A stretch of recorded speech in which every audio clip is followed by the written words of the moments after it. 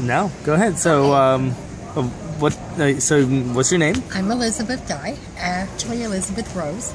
I've used Elizabeth Rose professionally for the last 15 years. That was my grandmother's name. And I'm actually named after my grandmother, Elizabeth. And so you're a medium, right? I'm a medium, yes. I do mediumship. I do some other things. I do a lot of healing. I'm a Reiki Master. Okay. I work with crystals. I do some touch healing. Because people don't understand just exactly how powerful touch is. And touch is very much a healing modality, and especially even with babies, with kids. We find that out when they're born preemies, that they need to be touched. And it works out very well. So I do some touch therapy. I do, all kinds of different things that I'm into with the healing. And I know that's one of the loves of my life. And I do hypnotherapy. I'm a certified hypnotherapist. I have been, 18 years now. So to me that is absolutely fantastic, because there's nothing we can't do with hypnotherapy. Absolutely not. The mind is the most powerful tool that we own. Well, but what do you do with hypnosis? I mean, you're trying to hypnotize someone so you can do what? Past life regression? It is. I have done past life regressions. I do those. I can do past life regressions even without hypnosis. Really? Yes. Okay. With some good, NLP and a good connection with somebody, I can do a lot of things. Mostly with my hypnotherapy, what I tend to do, I have a little menu on the back of my business card. I do a lot of weight reductions. Okay. Okay. Probably the best that I had a lady who actually lost 53 pounds and it stayed off. So that's important. A lot of your other fantasy, fab diets, it comes right back on. Yeah. After you lose it. It doesn't with hypnosis. And if you need to come back, then we do another session. Okay. Anytime somebody comes to me for weight reduction, I probably do 10 to 15 sessions. Because as I explained to them, what we do with our mind, we may, let's just say our obsession is chocolate. Yeah. I love chocolate too, by the way. But it's got to be with chocolate. Well, were you trying to help someone discipline their mind? Exactly. And help them use their mind as a friend instead of as a compulsive enemy. It's the most powerful tool that everybody has, and and guess who owns it? You do. I don't control it. Yeah. I don't control you. You all do all the work. See, that's the funny part about hypnosis and hypnotherapy. The client doesn't realize their mind is actually the one doing the work. All you're doing is bypassing the conscious mind, so that the subconscious can do the work that it needs to do. Yeah. And it works every time. Well, you see, it's interesting. I was talking with my friend yesterday about Zen Buddhism, and it seems like what you're doing with hypnotherapy is turning off the conscious mind and sort of turning off, limiting the ability of the rational mind to obstruct, and letting the unconscious spiritual mind guide them. And that's exactly what you do. And that's one of the things that, when I became deep with spirituality, I looked into a lot of different things. I looked into probably every organized religion that there is, just about it, except for what you do, and I have not looked into that. But I think that people tend to think that I'm a Zen Buddhist. Yeah. More than I am anything else, and that's probably true. I'd like to go find a temple here in the area that I'd feel comfortable with going to. I would like to do that. Yeah. And there's, believe it or not, as Phoenix being the 5th largest city in the United States, there's really limited temples. Huh. So, well, maybe you can be part of that growth process. And I'm sure that that's what I would love to do. Yeah. I will always be a student. Yeah. And I'm always willing to learn, and I think it's important. I think that's one of the things that we all forget to do, is to continue to learn. And if we can continue to learn, we've got everything going. We can keep our mind active. We don't go into dementia. Yeah. And we have to keep ourselves going and keep our mind active. And that's one of the things I love about hypnosis is that, no matter what, I'm helping you, but my mind's active too because I'm thinking about... So it's a sharing of minds. Yes, it's a sharing of minds. And I know that what I can... For instance, I had a lady who was so mad at her mother for dying. Mm-hmm. So, just for an example, when I took her into hypnosis, and sometimes I use touch with the hypnosis also, and I always ask them and let them know that that's his, that we talk and do and touch. I had her go deep enough. There was a chair sitting in front of her, just like you're sitting in front of me. Mm-hmm. And I explained to her that her mother was there. We were going to invite her mother in if it was okay with her. Mm-hmm. And she started crying. She ended up dealing with her mom. She talked to her mom like her mom was really there. Mm-hmm. And she felt her mom there. And again, that's part of, I think, with the mediumship abilities that I do, I can actually get a person to feel comfortable enough to be able to see and feel. And I think it's important. By the time we got done, she gave me the biggest hug and she said, "I just love you." And I said, "Well, I love you too." And I think that's another important key, is that we all need to say that we love.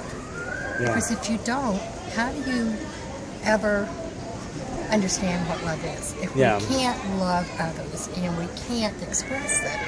But she meant that when she said, "I love you." Yeah. And once in a while, she'll call me still, and she'll say, "I no longer have that anger to carry around with me." She does it. And so it had a lasting healing impact on her. A lasting healing impact. And that's the important thing about hypnotherapy. It just does. And there's nothing that like I said, there's not any situation that we can't handle with that. Yeah. Hypnosis is also good with allergies, believe it or not. It's great with kids. Kids love it. Well, I'm sure there are many, many applications, but one of the populations you work with is special needs people, right? Special needs people. I work with the mentally ill. Yeah. And have for, probably the last 8 years since I've been here in Phoenix. Mm-hmm. And it's so funny because my mama will tell you that I found my niche. Ah, okay. Good. Yeah, she says, "You finally found your niche." I've worked in the urgent psychiatric care hospital here in Phoenix for almost 3 years. I've worked in group homes where that I was a caretaker for, say, a 12-hour shift of everybody that resided in that home. Made sure that they took their meds, whatever, you know what I mean. Would have a teaching session, and they didn't want to ever have group, so I'd wait till I got them in. They wanted to go to the store to pick up necessities, and I would say, "Oh, since we're all together in the van, let's have group." Okay. So they couldn't go anywhere, and it worked out really well. And I found out that I enjoyed that too. Yeah. And everybody, what we don't understand about mental illness, it can happen to any of us at any time. Yeah. And it's just a short circuit that can go on, and sometimes we just can't handle, and we don't know why. And that's where psychiatric care comes in to help. Yeah. And not only that, but I think a good hypnotherapist also helps. Yeah. I think both of it. Because if you can be comfortable and trust someone with your mind, what more can we do? Exactly. Well, it's a good guide. And the hypnotherapist is your friend in this journey of exploration into yourself. And you get a lot of people who ask me questions about hypnosis. Is it real? And I say yes. And then I get people who say, I heard that not many people can really be hypnotized. That's not true, believe it or not. Mm-hmm. They do say that maybe a 10% of people who can't be hypnotized. Mm-hmm. I have to tell you that I've never ran across one yet. Okay. Okay. And not that I'm bragging, but I am. Because and I've even had people who, after I've hypnotized them or had them in hypnosis, will say, I didn't go into hypnosis. I don't feel any different. And I didn't. Yeah. I have a good response to that. Let me try this again. Let me just give me one more chance and let me try. So then what I do is I take them back down. And then I tell them that they need to raise their arm up. And if you just raise that arm up and hold it there and let them know that even when I take them out of hypnosis, they cannot take that arm down until I count to 3. And it works every time. Huh. And literally, they'll wake up. You take them out, they'll make them wake up. That arm's stuck up. Huh. And they'll look at me and they'll look at their arm. They look at me and they look at their arm. And I said, "What's wrong?" Huh. Wow. And they're like, "Nothing." I go, "Oh, okay. What's wrong with your arm?" Because some people will not admit, won't even admit that their arm's up there. Yeah. And I'm like, "What's wrong with your arm?" So it's really funny. They'll say, after a bit, "I don't know." I go, "Oh, I bet I can tell you." Yeah. And I said, "Do you think you were hypnotized?" "Well, no." And I said, "Okay, try to take and put your arm down." And of course they can't. And I said, "Here, let me help you. 1, 2, 3. The arm comes down. Well, and I think the reason why people don't want to admit it is because you are indicating that they're not in control. Exactly. And the loss of control for a lot of people is very scary. But the thing of it is, it's not losing control. The only person who has the control is the client. It's the person. Yeah. All I do is guide the mind to bypass, as we said earlier, the obstacles that are there. Your conscious mind. And all you do is bypass that. Once you do, it's up to you. If I was to tell you, for instance, let's go rob a bank. Have you in hypnosis, deep hypnosis, and said, "Let's go rob a bank. You're going to give all the money to me." If you never had that inclination, if you've morally thought that was awful and bad and whatever, you would never be able to do that. Yeah. No matter what I told you. You cannot change a person's moral values. You just can't. They will wake up out because of the moral values spring from the spiritual conscious that is there. And all you're doing, have that. and what you're doing with hypnosis is you are liberating that spiritual consciousness from the rational mind. Exactly. So they don't understand that they're the ones in control. I am not the one in control at all. So that there'd be no reason for them to want to do anything to contradict the spiritual consciousness that they have. Exactly. And anytime I would ever say something that would be against what they would do, they'll wake up. Yeah. And then, of course, I get people that say, "Well, what if something happens, you have a heart attack, and you've got me under, what will happen?" Nothing. Yeah. Actually, you will bring yourself out of it. It's just a common thing, because after a while, your mind's going to start thinking, "What am I doing?" And you're awake. You're done. It's all out. But nothing, that can never happen. You will not ever be permanently hypnotized at any time. So that's another fear that people have. There's a lot of... Well, it's because the fear of loss of control leads directly to fear of the lack of ability to survive. Because your mind is your survival tool. So when you have no control, you're vulnerable. Exactly. And that brings fears of death and destruction. Yes. Well, I'm also a master hypnotist, stage hypnotist. And for those of you who have never seen a stage show, I encourage each and every one of you to go to YouTube, put in stage hypnosis. You'd be surprised what you find. You get people that says, "Oh my God, they make fools of those people." No, they don't. It's all fun. When you buy a ticket to go to a hypnosis show, stage hypnosis show, you're giving your mind already permission to have fun. Because you know it's going to be funny. Yeah. You know that it's going to be funny. Yeah. The bottom line. The biggest show that I've done on stage was down at in Tucson at the university. Really? University of Arizona, yeah. And I did a stage show down there with a friend. We had several sororities that were doing a show for they were doing raising money for St. Jude, and we had a little girl that was down there that was 10 years old who had cancer, had been in St. Jude, and was now in recession. So Yeah.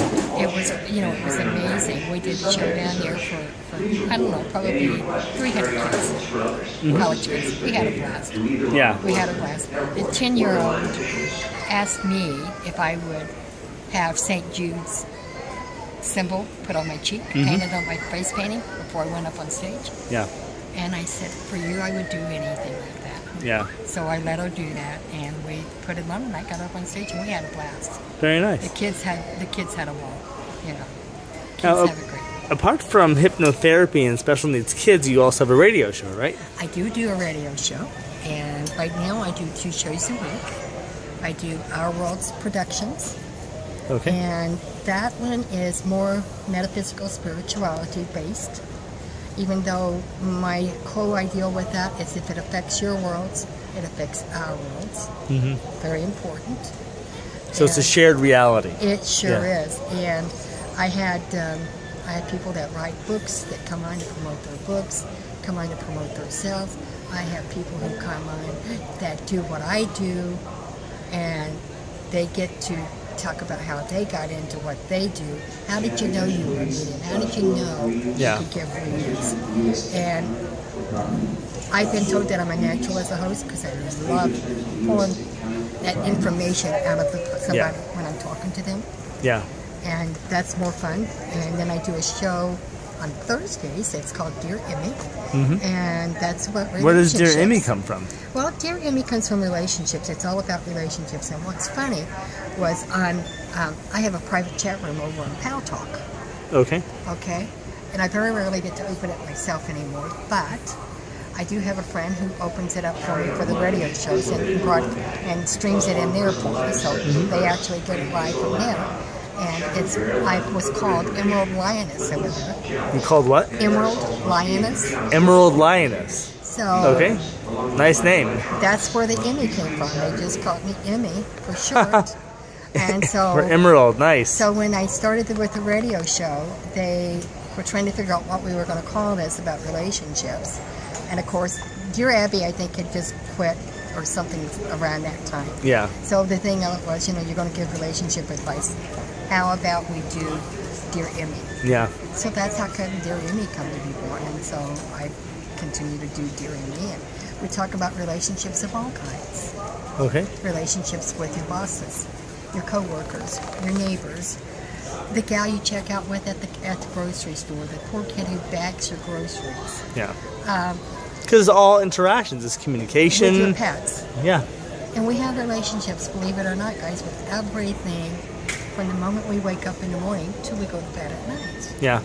We just don't always realize it. Yeah. So it's much more than just having a significant other. It's much more than having a boyfriend that you want to kill. Yeah.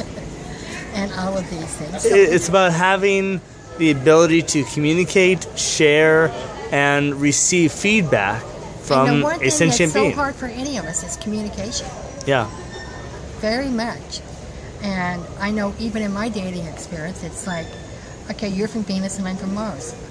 Yeah. Why do you have to separate that, I guess? I don't Yeah. quite get that. But Because we all come from the same source. We're all Why do we one and the have same. to have these different personalities that are so completely, like they're almost different parallel universes? Well, it's good that we have different personalities. Otherwise, we'd all be bored to death. Yeah. That's for certain. And I've always said that. And I'm glad that we're not all alike. Yeah. But don't be judgmental. Give everybody the thought that they can be who they are. Yeah. And offer it with love. And if we can do that, what else can we? Nothing can stop us at that point. Yeah. They really can. And that's the whole. Well, I'm curious. Have you ever thought of doing any kind of a matchmaking service? I haven't. That hadn't crossed my mind. Because, I mean, that's the logical next step. If you're giving relationship advice and you're helping people to come to a better sense of their own spiritual journeys, then matchmaking between two It's not a bad enlightened idea. people. That's not a bad idea. I'll have to think on that one. And I don't know. Well, I guess they could do it with a website on the computer. Yeah. Yeah. You can do a lot of stuff online, and Yeah. you can just start local, Yep. spread word of your services, and Well, see if you there's can... a lot of legalities if you do it local. You Okay. have a dating service. there was a guy that I worked with up at the urgent psychiatric care hospital. Yeah. Him and his wife, she was from Philippines, I believe. Okay. And such a sweet lady. They were trying to start a dating service. Yeah. And they ended up having to go with an online thing. Now, I don't know whether he ever even got it off the books, on the books or not. I don't know what he ended up doing with Yeah. it. But at any rate, but they did, he and I would talk about, because I worked from 7P to 7A, and we would talk about how difficult and all the legalities and all the license and all this other stuff that you have to comes into line with. Well, it's just, but if you do it online, it's an idea. and if you do it online, and I'm sure that it's a possible, Yeah. certainly. And I think that I don't think there's a spiritual service out there. Yeah. And I think that would be the little part that would make it different. Yeah, a spiritual matchmaking service, exactly. Exactly. Would make that different. Because, you've got one for the older folks. Yeah. You've got them for the younger folks. You've got them for there's even a side for sugar daddies. Yeah. And that just cracks me up. But so why couldn't we have one? You're right. I like that. That would be spiritual matchmaking. Yeah. Yeah. That's a thought. I'll have to keep that in mind. Wonderful. Well, thank you so much. Thank you. Bye-bye. Bye-bye.